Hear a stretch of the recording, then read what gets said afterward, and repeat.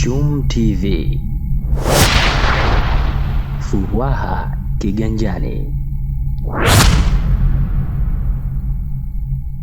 Rais wa Zanzibar na mwenyekiti wa Baraza la Mapinduzi Alhaji Dr. Hussein Ali Mwinyi amejumuika na waumini ya dini ya Kiislamu katika sala ya Ijumaa iliyofanyika katika Masjid Al-Sahar Kwarara Njia 4, wilaya ya Magharibi B. Alhaji Dr. Mwinyi akitoa nasaha zake katika msikiti huo amezitaka familia kuweka dhamira ya kusimamia malezi ya vijana na watoto wao ili kuwa na taifa lenye heshima na maadili. Amesema mambo mengi yanayojiri hivi sasa ndani ya jamii yakiwemo ya wizi na uharibifu wa miundombinu ya serikali yanayofanywa na vijana waliokosa malezi bora na maadili ya dini.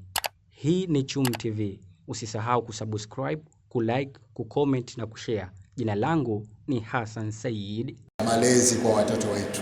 Jambo hili ni kubwa la msingi sana, kwa sababu mustakabali wa nchi yoyote hutegemea watoto na vijana, jinsi walivyolelewa, jinsi walivyoelekezwa. Huko tunakokwenda huko, hao ndio watakaokuwa viongozi, lakini amani yetu katika nchi inategemea sana kundi hilo. Leo kwa bahati mbaya yako mambo ndani ya jamii yanayotokea kutokana na ukosefu wa malezi bora ambayo yanatusumbua sana, na nataka nitoe mfano wa vijana wetu wanaotumia madawa ya kulevya. Wamezagaa katika mitaa yetu, hakuna amani. Ukianika nguo zinachukuliwa, ukiwa umelima wanakuja kuvuna wao, alimradi hakuna amani kutokana na vijana hao. Ili wapate hayo madawa lazima wanyakue vya watu. Sasa hili ni lazima kwa pamoja tulifanyie kazi. Hili ni jambo la msingi. Lakini sasa hivi serikali kama mnavyotambua inafanya mambo mengi ya ujenzi wa miundombinu, lakini tukishajenga wako watu wanaokuja kubomoa. Na kubomoa ni rahisi, inaweza kukuchukua dakika 10 ukabomoa umeme wa mji mzima, lakini kuujenga ule unaweza ukachukua miaka 3. Na mfano mzuri ni huu uliotolewa hapa. Vijana hawa wawili wamekwenda katika kituo cha kuzalisha umeme kutaka kuiba nyaya za umeme. Waya ule ukiukata unakosesha umeme mji, lakini wewe unapata nini? Unapata kipande cha waya ambacho thamani yake ni ndogo sana, huku umekosesha watu umeme. Na kwa bahati mbaya sasa safari hii wakati wanafanya hayo, wao wenyewe wamepoteza maisha.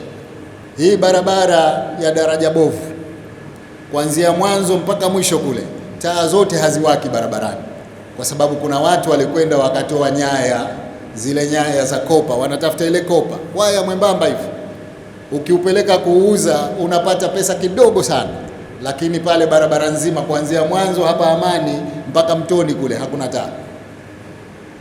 Sasa gharama za ujenzi ni kubwa, lakini mtu anaenda anaharibu miundombinu yote kwa thamani ndogo sana. Ndugu zangu, malezi vijana hawa lazima tuwalee vyema. Lazima kila mmoja wetu, na sasa hivi tuna makundi mawili ya vijana. Kuna kundi lile la mtaani ambao ndo hawa wanaojihusisha na pombe na bangi na madawa ya kulevya. Hawa wanafanya lolote lile, hata kunyang'anya, ili wapate pesa za kufanya hayo. Halafu tuna kundi jingine la walokaa kwenye nyumba zao, lakini wanalelewa na mitandao katika simu zao na katika TV. Mule hakuna kheri, ndugu zangu. Ukitaka mitandao hii unaweza ukapata elimu kubwa ya dini ndani ya mitandao. Mambo mengi yanasemwa, elimu nyingi ipo kama utatizama mitandao inahusiana na dini. Lakini ukitaka mitandao ya uharibifu imejaa, na kwa bahati mbaya sana vijana wetu, watoto wetu wote wako kwenye mitandao, lakini hawayatizami ya kheri, wanatazama ya shari. Matokeo yake jamii nzima inaharibika kutokana na ukosefu wa malezi. Sasa mimi nisiendelee sana, hotuba ya leo itoshe. Kila mmoja wetu aondoke hapa akiwa na dhamira ya kwenda kuhakikisha anasimamia familia yake katika malezi bora, ili tuwe tuna taifa la kesho lenye watu ambao wamelelewa vyema. wamelelewa katika maadili ya dini yao, wamelelewa kuipenda nchi yao, wamelelewa kuwa wazalendo. Wao wawe wanajenga, sio wanaoharibu kinachojengwa na serikali. Tuendelee kuombeana, tumuombe Mwenyezi Mungu aidumishe nchi yetu katika amani. Tumuombe Mwenyezi Mungu, baada ya muda si mrefu tunaingia katika uchaguzi, tufanye uchaguzi wa amani na salama, ili tuweze kufanya mambo mengi ya kimaendeleo, na mtuombee na sisi viongozi wenu, Mwenyezi Mungu atuwezeshe kuyatekeleza yale yote ambayo tunayataka yawe, na bado yako mengi. Na mimi nataka nikuahidini, insha Allah, panapo uhai na uzima, tutamaliza uchaguzi wetu kwa amani na salama, na nchi yetu iendelee kudumu katika amani hii tuliokuwa nayo. Hakutokuwa na sababu kwa nini maendeleo yasipatikane.